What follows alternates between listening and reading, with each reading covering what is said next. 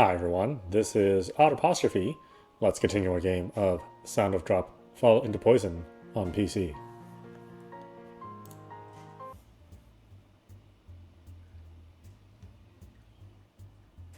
Man, it's gone now. As I say this to Himeno, I smile at a small shrimp. Himeno does the same, smiling widely. Before long, the two of us are looking up at the ceiling, toying with the question of just how high it is. Even looking up, we can only see the fish swimming, never the ceiling itself. Looking up from the bottom of the sea, one would normally see the rays of the sun piercing the water, but looking up here was the opposite, with the bottom of the sea seeming to continue forever. It could have been the reflection of the light, or the ceiling really might have been too high. As I realize I can't be sure, my eyes settle on a small but characteristically long-nosed shark swimming past. Sharks. Sharks? That's a ray, isn't it? You just saw it from behind earlier. As soon as I mutter that, Himeno responds. It's true that although I'm interested in this type, Himeno has fixated on the human face ray. Huh? What's up? Himeno asks, but I falter. This conversation gives me a sense of what you might call déjà vu. How strange. I felt as if I'd had this conversation before. At that moment, my vision is dyed ultramarine.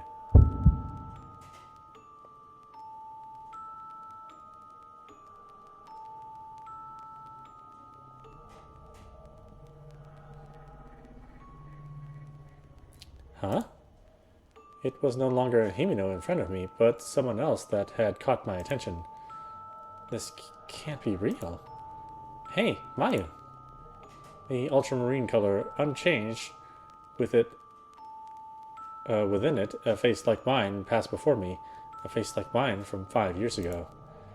Wearing an ultramarine overcoat that merges with the color of my vision, the girl turns to me and seems to be giving me a gentle smile. Mayu, wait!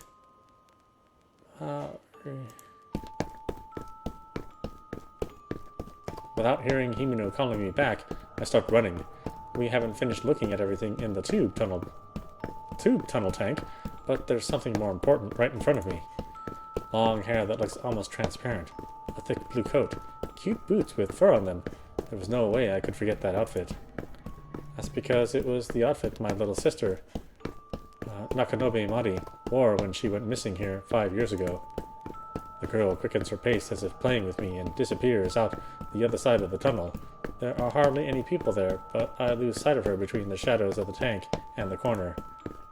Mari. How? Why? Hey, Mayu, wait! Breathing heavily, Himeko chases after me. I say sorry and break away from her, searching for the vision of Mari. As I come out of the tunnel, I survey the area, spotting a winter skirt nearby. I chase after that swaying form. Behind me, I can hear the intensity of Himeno's rushing steps and quicken my pace. Kia! Having fallen into a trance, I realize what's going on when I slam into someone and fall on my backside.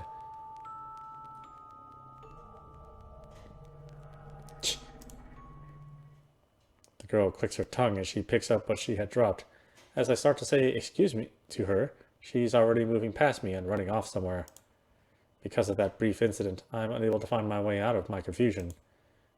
Anyway, Mari. I feel bad about the person I'd run into, causing me to feel flustered. In that exchange, I lose sight of both that long hair and that long skirt. But you were going this way, right? I'm not sure myself where I'm running to, but I think you could say I'm definitely running with all my heart. I pass between more tanks that I can remember, but I don't pay them one bit of attention. I just continue following Mari's back, running. Mari is just as bashful as she was the day she disappeared. Mayu, get a hold of yourself! Those few words end my chase. To be more accurate, it was ended by Himeno herself, who had grabbed my wrist. Huh? You suddenly took off and you wouldn't turn around no matter how many times I called you. Even when you dropped something, you had no idea. What happened all of a sudden? Wait, Himeno. If I can go after Mari, I'll explain everything, so... Hold it. I look back at Himeno upon hearing her extremely hurt voice. I see tears forming in Himeno's eyes, and I turn my whole body to face her. I stand in silence like this for several seconds. If I tell Himeno about Mari, I'm sure she will regret bringing me to Manton Aquarium. When she followed me, she had to have seen Mari. It's natural that she would have some misgivings about me chasing some total stranger, since she doesn't know Mari. Even so, I'm not sure what to say. If I apologize now and play dumb, we can probably go back to playfully searching the aquarium for information. But that's not something I can do. It isn't the similarities that are the problem. Mari is here, and just as she had been on that day, there's no way I can go home without taking her with me. Mai, tell me what's going on. Who's Mari? Why do you keep running off without saying anything? Tears are pouring out of Himeno's eyes. I can't understand why she's so sad, but still, my little sister. My little sister, she was here. Little sister? See, the girl I was chasing, she's my little sister. Mari disappeared 5 years ago, at this aquarium. Looking at Himeno's tear-stained face, I can no longer feel like hiding anything. Perhaps in the depths of my consciousness, I'm hoping Himeno will become satisfied and say she wants to look for Mari with me. I'll explain in more detail later. On top of that, when I look back once more, Himeno squeezes my hand and holds me back. This is the gentlest but the strongest that she's held my hand. Himeno stares into my eyes, then tilts her head to the side. What do you mean you were chasing someone? I told you, the little girl that was in front of me, wearing the ultramarine coat and the boots, remember? That was Mari, exactly how she looked long ago. Mayu, snap out of it! Himeno shouts. It isn't simply a loud voice, but one weighed down with great sadness. It definitely gets through to me, but that doesn't mean it will stop me. Because without a doubt I was right. Mari had been right before my eyes, so I had to chase. Let's just say that even if this Mari girl is here, she would have grown in 5 years, and her clothes wouldn't be the same. It's summer. She wouldn't be wearing a coat. Moreover, she was here. I saw her. No, Mayu. No. Mayu, you weren't chasing anyone. You just took off running, leaving me behind, okay? Could you just calm down for a bit? Our tickets will get back in, so how about some cocoa in the rest area? I think you're tired since you were a little shaky earlier. Himeno seems pretty frantic, so I know she isn't lying just to persuade me. But there's no way that my seeing Mari there was a lie. That's why I start to speak without really knowing what I want to say. Himeno. Mayu. Okay? Wiping away her tears, Himeno smiles at me. Surely she has plenty of strong feelings about this whole thing. I'm sure she has loads to say about me keeping the Mari thing and my reason for resisting when visiting Manton Aquarium quiet. Even so, it seems as though Himeno has accepted me. She just smiles and lets it go. That's probably right. Surely, if we're by the entrance, we'll know if Mari comes out. Mayu, that's good. That's right. That's more like you. Let's go have some cocoa, and you can tell me everything. As she smiles, Himeno once again takes my hand into her soft palm. Oh, that's right. You dropped this. You gotta be more careful. With the hand that isn't holding my own, she hands me something small. It's a keychain. The blue droplet shape is inlaid with stardust and holds a starfish charm. It isn't exactly rare, being a giveaway item. But why did Himeno have it?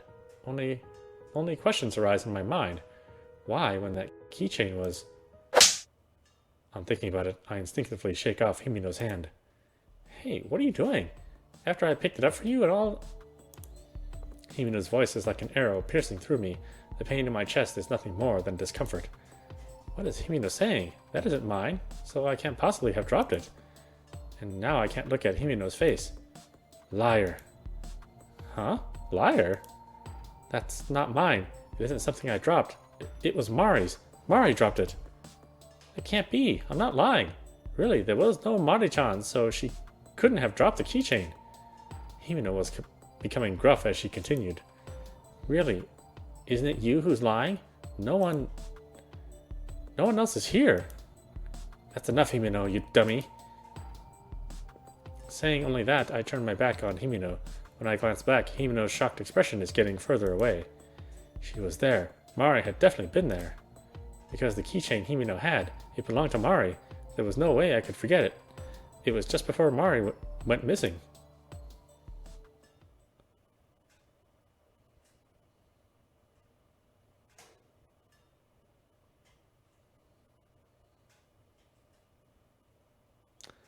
For the two of you, just this once. Upon saying that, Mom handed us each 100 yen coins. That day was a cold winter day. At the Manton Aquarium souvenir area, the smell of construction lingered faintly in the air. There were manta and penguin stuffed animals, stationery with the logo on it, and various souvenirs. At the entrance to that souvenir stand, there were the gacha machines containing the keychain. I don't remember all of the various types, but the star sand was packed in the plastic drops, and the charms were all modeled after fish at the aquarium. It was fairly typical for a gacha, but at the time it seemed very enticing to me. It was the same for Mari, and we gazed into the gacha machine. Mari was the one who would usually beg our parents at this point, but neither of us had brought a souvenir, and both of us said we wanted the keychains. Since Mom couldn't be completely broken, she emphasized the one-time only bit. Yay! Mari held up both hands with glee, while I probably just smiled. I remember that inside I was just as happy. As to which of us went first, it was of course the more assertive Mari. She was always like this, a cheerful and inquisitive child. How cute, Mr. Star! Mari got a starfish charm keychain. At this point, Mari still didn't know the difference between a starfish and a star. I was next to get one. It was a pink drop with a jellyfish charm. Ah, a jellyfish. Aw, that's the one I wanted most. Mari pointed the index finger of her tiny hand, an explanation in a loud voice. Mari was just learning how to use first person when she mentioned herself. Instead of a normal I or me, she said it slowly. Hey, big sister, trade me... No way, I want this one. Naturally, as I had already fallen in love with that design, I obstinately turned her down. Upon begging my mother for one more time, my mother, who had warned us earlier, held her purse strings tight, leaving Mari to sulk. Fine, stupid big sister. Without listening to my mother's admonishments, she ran off. Sulking after being called stupid, I naturally didn't chase her right away. My mother, being optimistic about the aquarium's small size, also waited a while to look for Mari.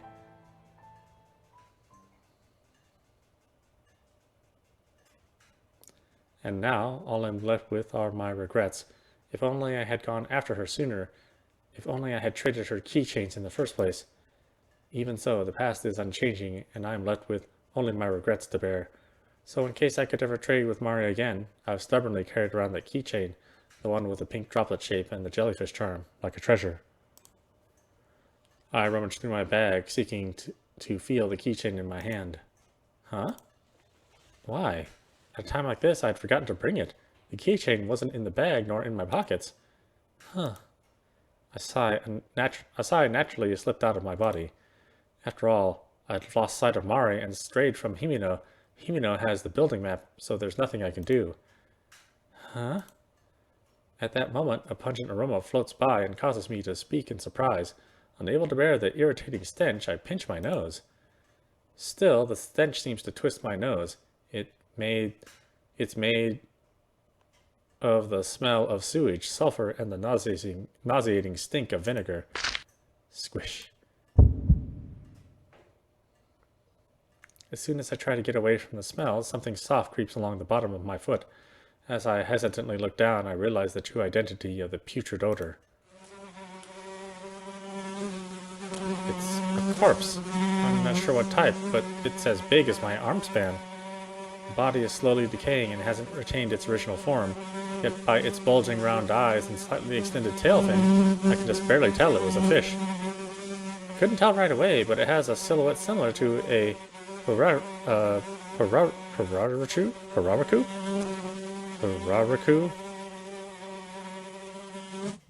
I guess I know what that is, sorry. I feel like I've seen these eerie, glaring eyes characteristic of a freshwater fish. I feel sick. I move my foot slowly and a small fragment of the corpse sticks to the bottom of my shoe, on the underside of which I notice something wriggling desperately. The slight sound of flapping wings departs from beside my ear, and I understand that the wriggling thing is an insect. Ah! Shaking, chills run up my spine as if someone had pressed ice to it. I take a step back and drop my cell phone. The phone reacts with the backlight and LCD screen coming on, illuminating the dead body. The syrupy dead body absorbs the light, and the winged insect that flees to avoid it. There's also a meandering white nematode that seems not to notice. The backlight soon disappears, leaving its stench amidst the darkness. The shadows of those hideous insects are scorched into my retinas, and they sway like the light off of a heat haze in the darkness. Something was creeping up from the pit of my stomach. I'll endure it.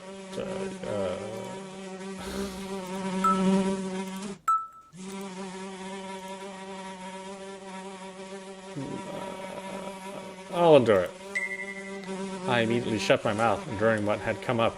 The intermingled acidic taste of the vomit that had come up and the scent of stomach acid lingering in my nostrils mixed with saliva and caused my eyes to water in pain. Why was it so painful? I can't figure out the answer to my doubts. Not at all. I covered my eyes with both hands. I couldn't have made it if I didn't. By shutting out my vision leaves me my sense of smell, causing the smell of rotten water and the stench of the dead body to become more intense, so I uncover my eyes. Now, what is this? This is a place for the customers. Is it really alright for this to be here? On top of that, I was in the middle of chasing Mari, wasn't I? No, that isn't the problem. It's strange enough that there's a place like this in the middle of an aquarium. Anyway, I have to get out of here. The stench is so overpowering, it's as if I can see it. I want to get out here quickly, satisfying myself with the argument that it's a garbage dump or something, and that if I only get away, I'll be fine. At any rate, I can go back the way I came. No, that's no good. I might run into Himeno. At this moment, I don't want to see her face. My eyes having adjusted to the darkness, I search for a way out. Here, the tanks are broken, the little remaining water is stinking, and the bodies of living things have tumbled out here and there. I think about how happy I am I can't see. Even so, to find the exit, I'll have to look around. My nose has begun to go numb, and thanks to that, I'm somehow able to retain my sanity. Before long, I find a dim emergency light behind one of the tanks and head towards it as if it were the last hope I could cling to. I feel squishing several times beneath my feet, but I try to ignore it and move on. As I move towards the emergency light, it seems the smell is becoming faint. I get used to the scattered shards of glass and the rotten fish corpse just before I reach the door. The tip of my shoe feels as if it has kicked something hard, something different from before. Wondering what I had kicked, I casually look down. No. No! I get the sensation that all the blood has stopped flowing through me and that my heart has stopped completely. The round thing I kicked has patches of hair, 2 eyes, a nose with a bone to it, and a mouth. All together it is.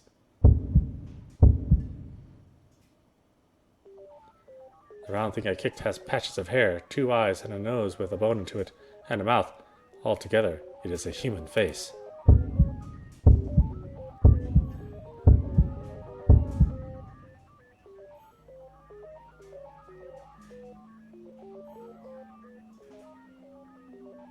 Speaking accurately, it's a head rather than a face. It's completely lifeless and rolls away with a flopping sound when my foot touches it. Seeing the state the head is in, I begin to feel ill again despite having finally calmed down from before. Of the white cranium, only the forehead area seems to be exposed. It seems this is new and has only just begun to decay. No, for starters, there is no way a human head should be rolling around here. It's my imagination, or it has to be from some model. I haven't yet looked in the direction it was rolling. Convincing myself that it isn't a human head, it really is different, so there was no satisfying myself. I place my hands on the door in an attempt to escape. Unable to control my shaking hands, it takes 3 tries before I can open the door. It's a heavy fire door that is usually open.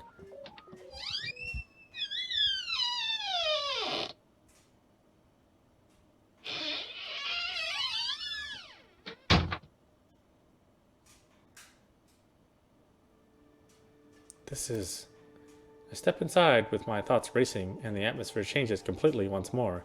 I can hear the sound of the door closing behind me. Inside is a very clean place. The transparent water is tinted a faint blue, and inside float fantasy-like jellyfish. Countless pillar-shaped tanks are spread around, and the water shimmers as it reflects the light of the fluorescent lamp. Red and yellow, green and purple, the jellyfish's bodies diffusing light like a prism. In spite of the strange space I have reached, I'm fascinated by the shimmering live art display. Himino, I mutter without thinking. Then I quickly shake my head, erasing the image of Himino's face that appears in my mind. Earlier, she didn't come after me. After all, Himino chose her own to part ways from me. I'm sure it's because she dislikes me now. It isn't something I should worry about. Even at a quick glance, I can see that there are various types of jellyfish in the tank.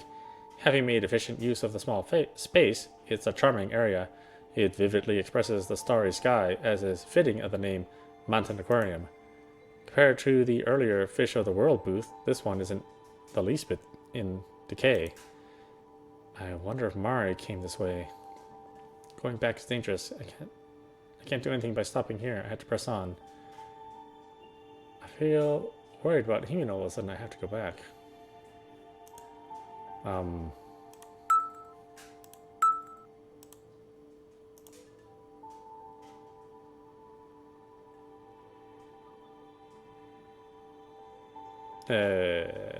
Let's press on. Going back is dangerous. I can't do anything by stopping here. I have to press on. And so I start towards the starry sky. I gaze in fascination to the right and left of me. If circumstances weren't what they are, I would have stopped and stared into each and every tank. The tanks lined up all together are beautiful enough, but each one is vivid like the night sky inlaid with jewels. Altogether, there are 7 tanks. Each one holds a different type of jellyfish. Some with poison, some without, categorized by aspects such as where they live. They really are beautiful. I stop and stand in the very center between the 3rd and 4th tanks. I wonder if the last time we came, these tanks were here. Nakanobe Mari, my little sister. I lean my back against one of the tanks and sit down. Whenever Mari's face appears in my mind, I lose all of my strength. If anyone saw me, I'd be embarrassed, but here and now in Mountain Aquarium, there's no one around. I heave a sigh and look up at the ceiling. For some reason, a large fan is revolving there. My memories of the last time we visited Mountain Aquarium aren't all bad. It was the first time in a long time all 4 of us had gone out as a family. Mara and I got along really well, and we always held hands as we walked. We would do things like play house or read picture books aloud. Mari was a bit more of a tomboy than I, so even though I was the older sister, she was the one who gave the orders. Since it was the first time the 2 of us sisters went out to the aquarium, it was natural for us to be very excited. Just as one would expect, the first time Mari and I laid eyes on the creatures of the sea, we experienced fear, awe, and the sense of being deeply moved. The creatures we saw at the time have stayed with me as vivid memories. Happy memories. I still have plenty of them. But on such a special day of all days, Mari and I ended up fighting. The rest proceeded just as I remember. Since then, my parents buy me anything I want. However, I changed as well, and I didn't really want anything anymore. Greed itself seemed to decline for me, and I never really got excited for anything. That's why when my mother bought me those boot sandals, I was happy. I was fascinated by their nostalgic ultramarine color. About 1 year after Mari disappeared, she stopped coming up in conversation. I don't know if my mother and father had accepted it as a tragic accident or if the sadness had slowly faded, but my new normal had begun.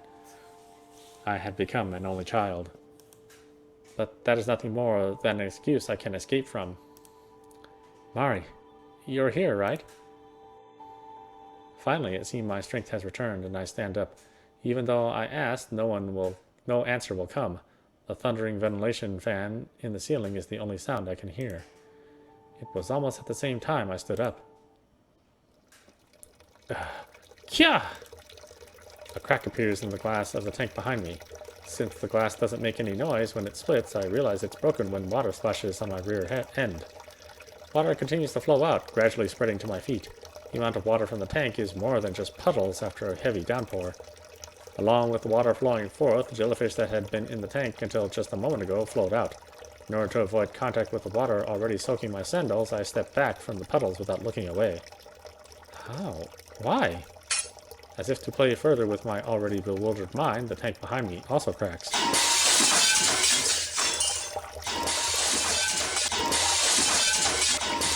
Did I do that? This time I hear the high-pitched noise of glass cracking. Following that, the tanks are each destroyed in turn.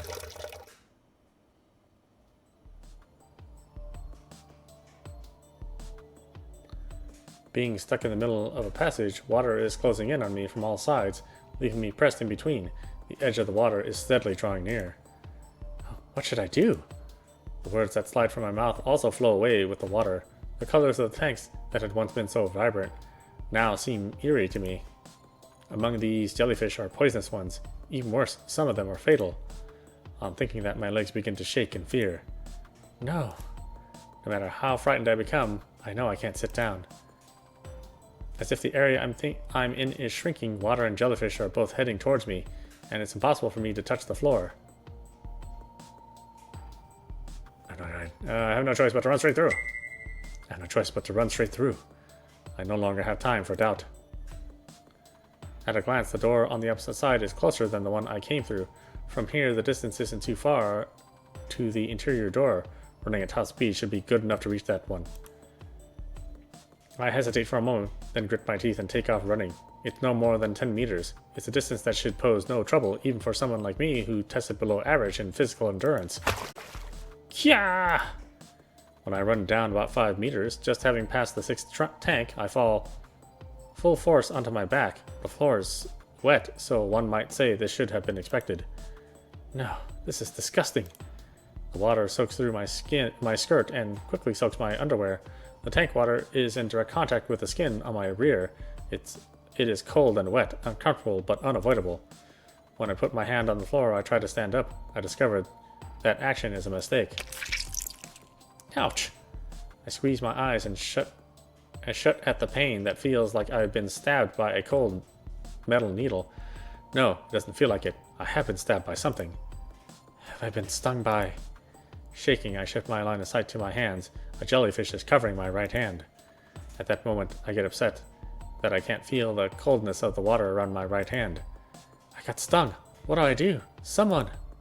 The pamphlet introducing the jellyfish had gotten mixed up with the pieces of glass from the tank. Man of War. I noticed the name without much of a reaction, but it has to be poisonous to be called that. There have also been incidents of fatalities. Fatalities? Poison. What do I do if I've been stung? How do I clean it? Is it bad if I don't clean it? I can feel my pulse quickening. I wonder if it's the poison making its way through me. What do I do? What do I do? What do I do? When I try to will myself to calm down, my impatience ramps up. Someone help me!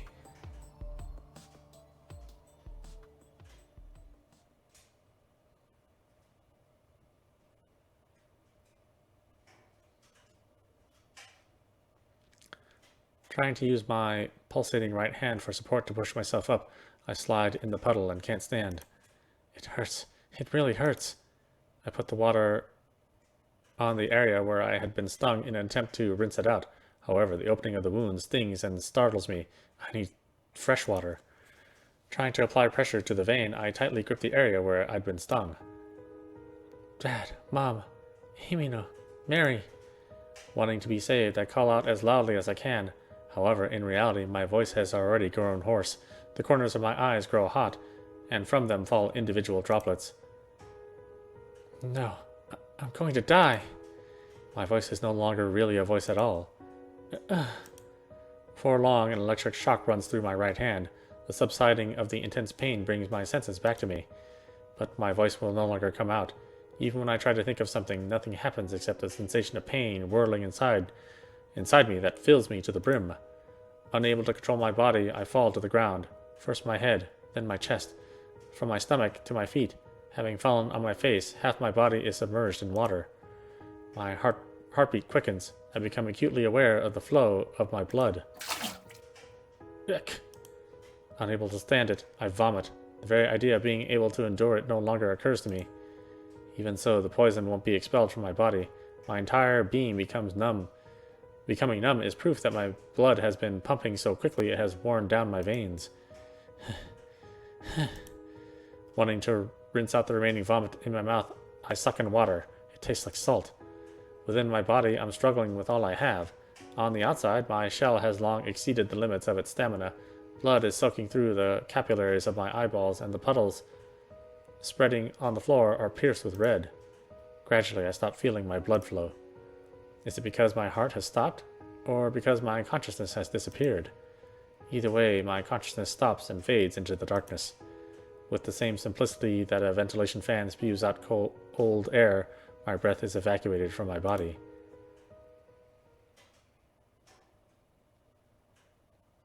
When I come to, I'm still gazing into the cylindrical tank, vacantly thinking nothing other than, I wonder if something's in there. I just stare into that tank. I have neither the urge to call out nor the desire to walk away, merely the sensation that my consciousness alone is floating along the rippling sea. Why on earth am I here anyway? What have I come here to do? Or what have I come here to do? That's right, okay. Whether I can't remember or there was just no reason from the beginning. The jellyfish are pretty, especially this jellyfish. Its color so bright. The voice that starts talking right in front of me catches my attention for some reason. I feel like I've heard it before somewhere. Well, who is it? I'm unable to remember clearly, seeing only a wavering face that won't come into focus. Anyway, Mayu... Where'd she go? Mayu? That girl, she talked like she was looking for someone. Poor thing. If she's lost someone here, she probably won't find them. Wait a second. Where is this to begin with? Swaying, swaying, softly, softly. Drip, drop, the sound of drops resonating all around me. Gradually ceasing to care, my consciousness melts into the water.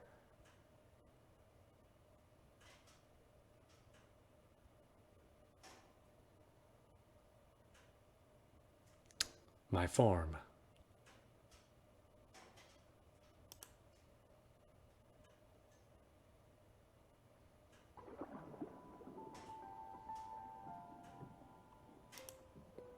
No, bad end.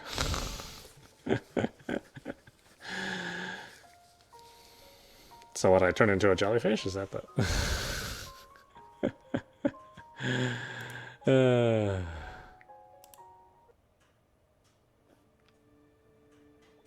Let's go back. I feel worried about Himino. All of a sudden, I'll go back. Upon thinking whether or not it's alright for just me to enjoy something so pretty, I reach for the door behind me.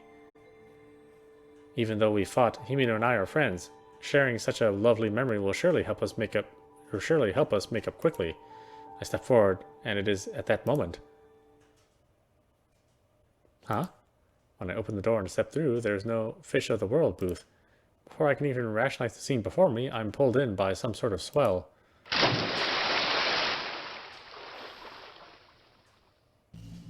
Ugh. Trying to figure out what's wrong, I realize I'm having trouble getting air. I really want air, so I pause for breath. My mouth fills with a fishy stench. Brine, seawater. I know from the salty taste I've swallowed seawater. The reason I can't breathe is because all around me is ocean water. I understand that I'm in the ocean, devoid of light. No light, no sound in the darkness. Wondering why, I move my limbs. At this rate, I will drown. It hasn't been more than a minute since I got pulled under the sea. How many seconds have passed at this point? No, that isn't it. I have to get above water. However, up to this point there has been no light overhead, and I'm forced into an inevitable battle with my despair. I frantically endure my suffocation, swimming higher and higher. Suddenly being thrown into the water hasn't thrown off my sense of up and down, or as the desire to live serves as an instinct to guide me upward. I still can't see, but I'm alright. Just like that, I seem to have answered my own question. I can feel the clothes I'm wearing become heavy. However, if I have time to shed my clothes, then I have time to continue upward. My thinking is that alone. I've heard there's high pressure in the deep part of the ocean that crushes any living thing, but my body is completely fine. That means where I am at the moment shouldn't be that deep. If I swim hard enough, I should make it. I just have to hit the surface and take a deep breath. How many seconds have passed by at this point? I have no sense of time whatsoever in this darkness. Even so, I know that some time has passed since I was thrown into the ocean. A minute probably passed a while ago. Here my consciousness has begun to fade. Immediately after I see the darkness of death, a small light illuminates the tip of my nose. Because I have been swimming so frantically, I haven't noticed, but it seems as though I have gone up quite a ways. It would all be alright. The surface is close. I reach out my hand. I reach towards that light. That's all I can do. That's because my legs won't move. No matter how frantically I try to move them, my legs won't even quiver. It feels as if something has ensnared them. It has the elasticity of a bottomless trampoline, from the tips of my toes to my rear end. That soft sensation wraps tightly around me. I want to think this is a lie. No, I have actually decided I will not believe it. That a giant octopus has wrapped itself around my legs. Its gum-like suckers are the size of the palm of my hand. I can't even imagine how large its entire body is. The light is getting farther away. My eyes have already closed. For some reason, Himeno's smiling face floats before me, though it should be her anger face that I see last. Just like that, I'm in darkness. As much as it has tightened up, my legs have lost all feeling. No wonder, my legs are no longer what they once were.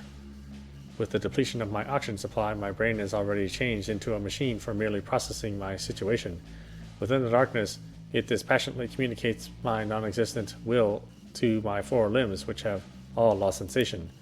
Won't be long before the only thing I can sense is darkness.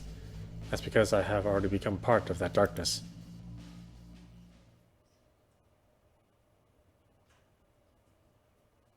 Oh, did I get another bad end? I did. Into the silent abyss. Okay.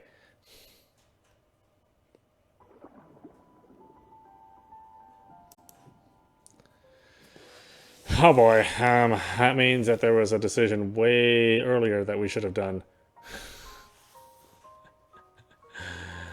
I only have one save. Okay, we'll start over then. I mean, I don't normally like have a bunch of saves. It gets real confusing if I have like more than 2 saves for me. And I don't remember what day or what time or whatever I was thinking when I made the save, so it's sort of hard to figure it all out for me.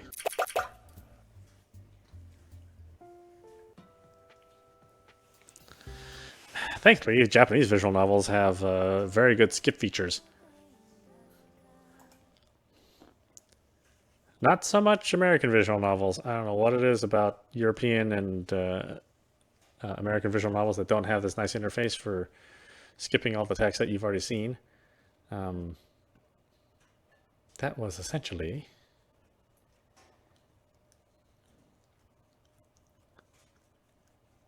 I know I've seen this. Are you not feeling well? I'll say I'm not this time. I'm not. I say as if he had flushed it out of me. Actually, it was less my physical condition and more what was on my mind. But I was hesitant to explain that to a stranger from the get-go. Guess not. Your face looks really upset. Are you alright? Can you get back home? Need me to take you to the station? The smile he gives me baffles me. The reason was because that smile seemed unnatural. I definitely had no recollection of him. I've never had this much contact with a man who was not a relative. No need to worry. I work part-time in this building, so I'm familiar with Manton. Hey, what are you doing? Himeno. I gasp and look up. Himeno is there carrying 2 tickets and some pamphlets. Oh, I think I've read that part.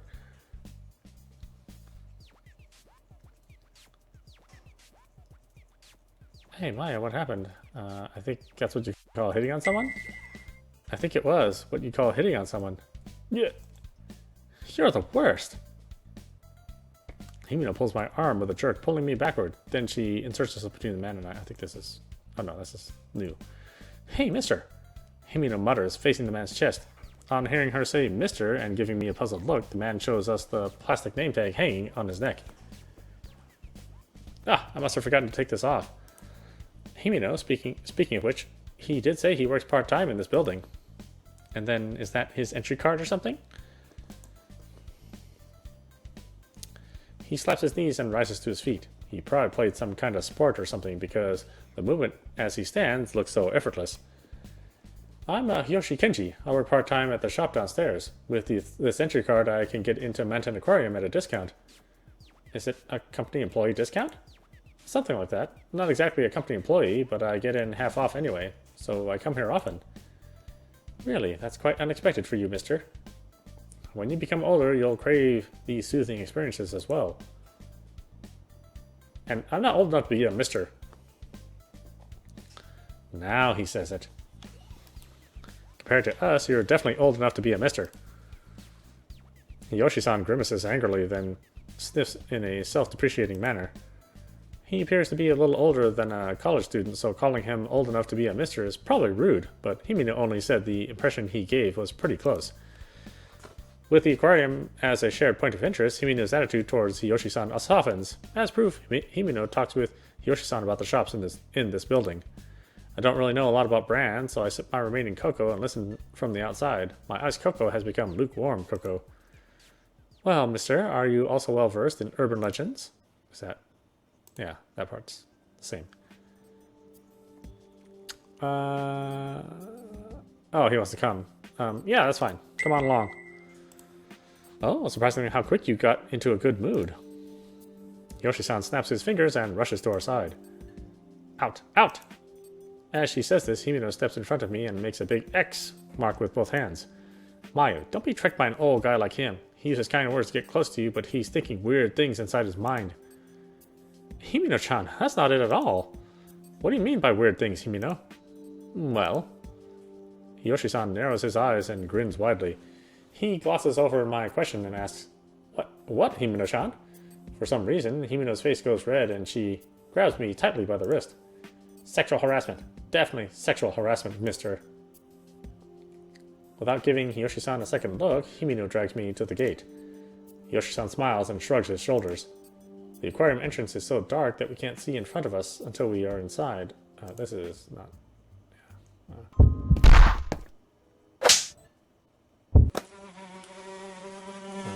I can't take it. I throw up everything that's welled up inside me. It doesn't all come up at once, taking 2-3 times of convulsing to get all the vomit out. It was disgusting. Still, even more disgusting was the fact that the insects had gathered around my vomit as if it were a feast. What in the world was happening? Why did I have to relive these memories?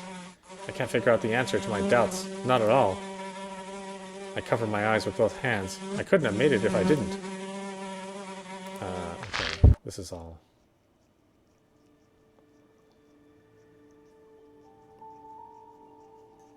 Does it change if I try to go back? I don't... No, that's the same. Into the silent abyss.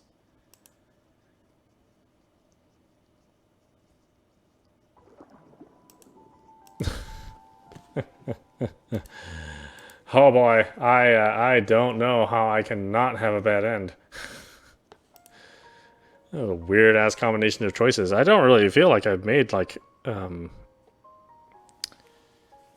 obviously, you know, life-threatening choices. This is weird.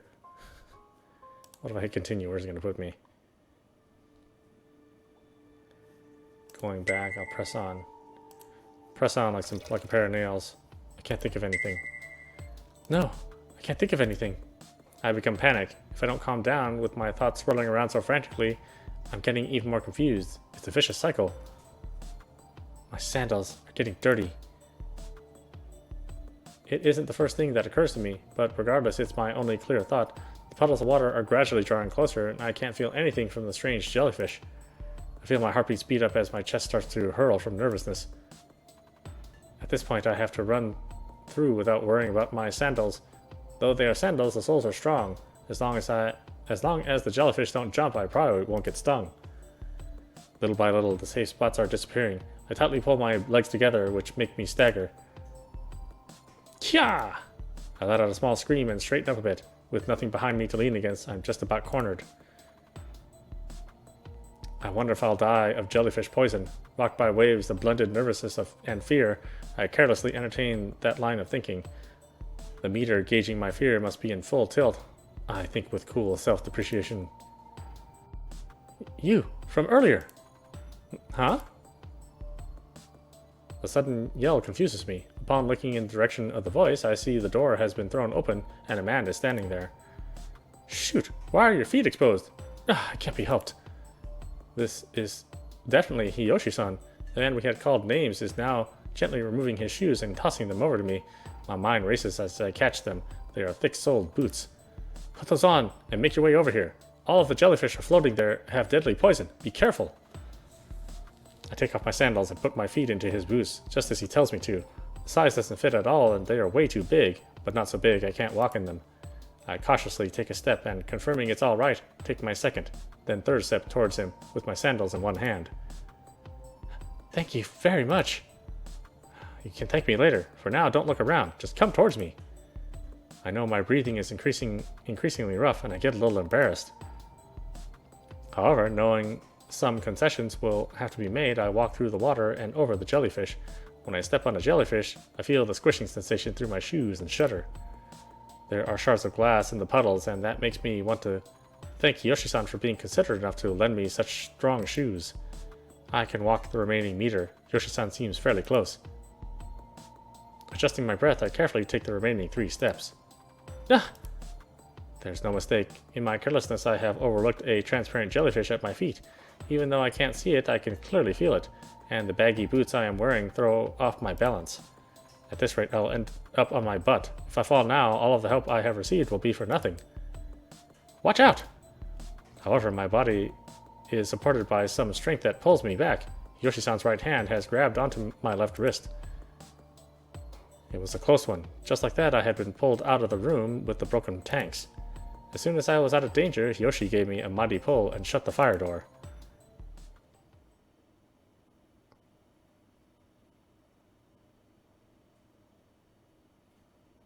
This is in front of the souvenir stand. More importantly, why are you here? Yoshi-san steadies me against the wall in front of the souvenir stand. The terror from a moment ago hasn't escaped through the heavy, dark, gray emergency door. Isn't this Mountain Aquarium? Besides, before I met up with you, Yoshi-san, there was so much... Yoshi-san just stares at me in my flustered state. Alright, calm down, Mayu-chan. A wry grin appears on Yoshi-san's face, and he motions in front of the souvenir stand before sitting down. Today I have nothing but bad memories in relation to the floor, so I merely lean against the wall. The gacha machines are still there, but the whole lineup is new, and I don't know a single one of the products.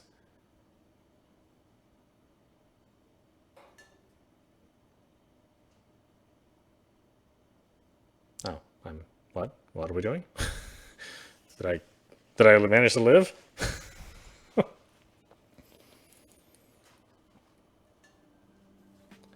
Or is this guy gonna kill me? Well then, have you calmed down a bit? Maybe? Yes, thank you very much, Yoshi-san. Yeah, I'm glad. And you can call me by my first name. I don't really care about who's older or who's younger. Oh, I guess I'm going to call him Yoshi-san.